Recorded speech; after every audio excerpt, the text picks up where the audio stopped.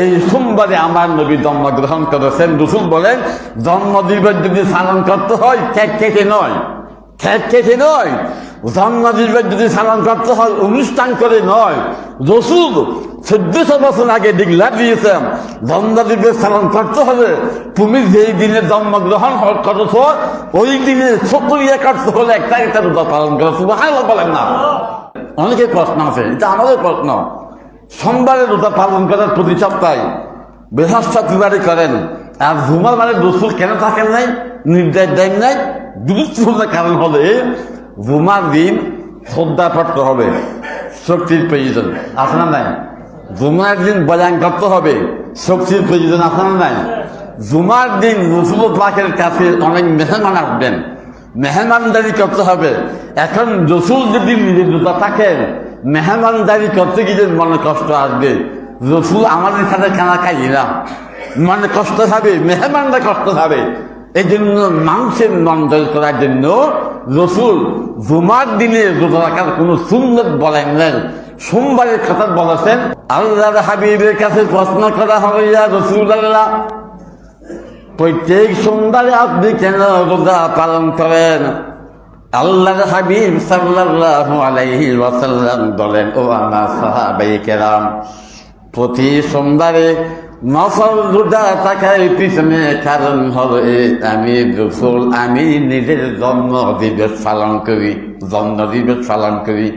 ফিহি উলিদতু, এই সোমবার হলো এমন একটি গুরুত্বপূর্ণ দিন, আমি রাসূল দুনিয়ার জমিনে সোমবারে জন্মগ্রহণ করলাম। এই দিনকে সম্মান দিতে গিয়ে আমি একটা রোজা পালন করি। সুবহানাল্লাহ। ফিহি উলিদতু, এই সোমবারে আমার নবী জন্মগ্রহণ করেছেন। রাসূল বলেন, জন্মদিবস যদি পালন করতে হয় কেক কেটে নয়, জন্মদিবস যদি পালন করতে হয় অনুষ্ঠান করে নয়। রাসূল 1400 বছর আগে ডিক্লার দিয়েছেন, জন্মদিবস পালন করতে হবে। তুমি যেই দিনে জন্মগ্রহণ করেছ ওই দিনে শুকরিয়া করতে হলে একটা রোজা পালন করো। সুবহানাল্লাহ বলেন না? এগুলো আমাদের মধ্যে নেই।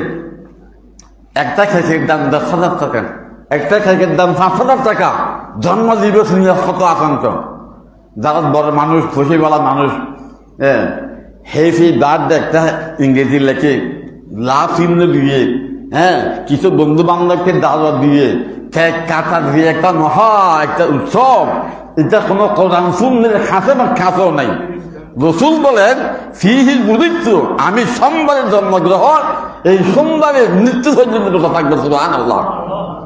এই জন্য আপনারও প্রতি সোমবারে রোজা থাকা সুন্নত। হ্যাঁ, আপনার জন্ম সোমবার না হতে পারে, কিন্তু ওই পয়গম্বরের আমল যদি আপনি করেন, রাসূলের সুন্নতটা আদায় হয়ে যাবে। আল্লাহু আকবার। আল্লাহর নবীর কাছে প্রশ্ন করা হবে, ইয়া রাসূলুল্লাহ, প্রতি বৃহস্পতিবারে কেন রোজা থাকেন, কারণটা কি? আল্লাহর নবী বলেন, প্রতি বৃহস্পতিবারে আল্লাহর বান্দাদের আমলগুলো আমি পয়গম্বরের কাছে ইন্তেকাল হওয়ার পর আমলগুলো পেশ করা হবে। ফেরেশতারা এই বৃহস্পতিবারের আমলগুলো আল্লাহর কাছে পেশ করবেন। আমি রাসূল মনে করি, রোজা থাকা অবস্থায় যদি আমলগুলো আল্লাহর দরবারে পৌঁছে যায়, আমার আল্লাহ খুশি হয়ে আমাকে মহব্বত করবেন। এই জন্য প্রতি বৃহস্পতিবারে আমি রাসূল একটা রোজা পালন করি। সুবহানাল্লাহ।